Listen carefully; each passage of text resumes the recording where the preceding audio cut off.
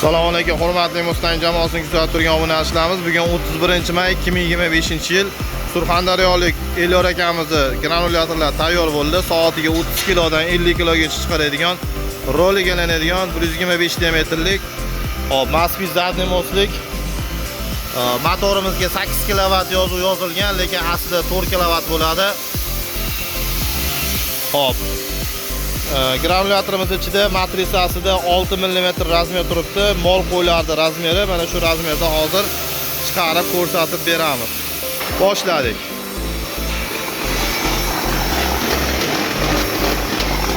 Svetimiz 200-210 ko'rsatyapti. Xudo xolasa buni jarayonni boshlaganda roligini misol uchun valigacha to'ldirmasdan tashlab turinglar. Sababi mana bu matrisamiz qizib olish kerak. Qizib olishga bir 2-3 minut vaqt ketadi. Biz endi hozir sekin-sekin tashlab turamiz.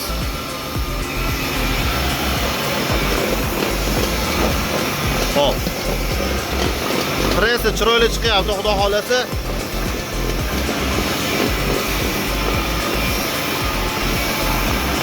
Yemimiz tarkibida kepek, makka, bug'doy bor, 3 xil mahsulot. So'lov tezlashtirib.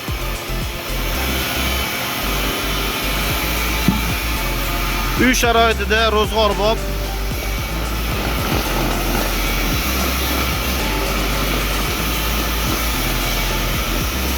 Granulyator mana. O'sha qizishga keldi. Yemimiz xudo xolasa zo'r chiqyapti. Xudo xolasa buni Surxondaryoga Elyor akamizga jo'natib beramiz. Bundan keyin Xorazmga navbatdagi granulyatorimiz ham tayyor bo'lgan. Qarshiga 300 kilolik granulyatorimiz tayyor bo'lyapti mana. Solov.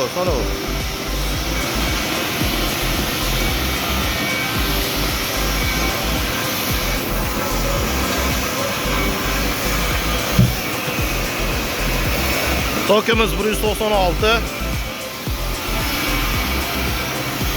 To'g'ri. Qizi bo'ldi o'sha, tovarsa bo'laveradi. Yemimiz chiroyli chiqyapti, preslari chiroyli.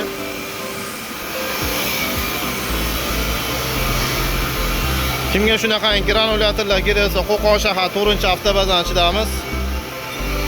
Soatiga 30 kilodan 50 kilogacha yemni bemalol chiqaraveradi. Sog' bo'linglar, salomat bo'linglar.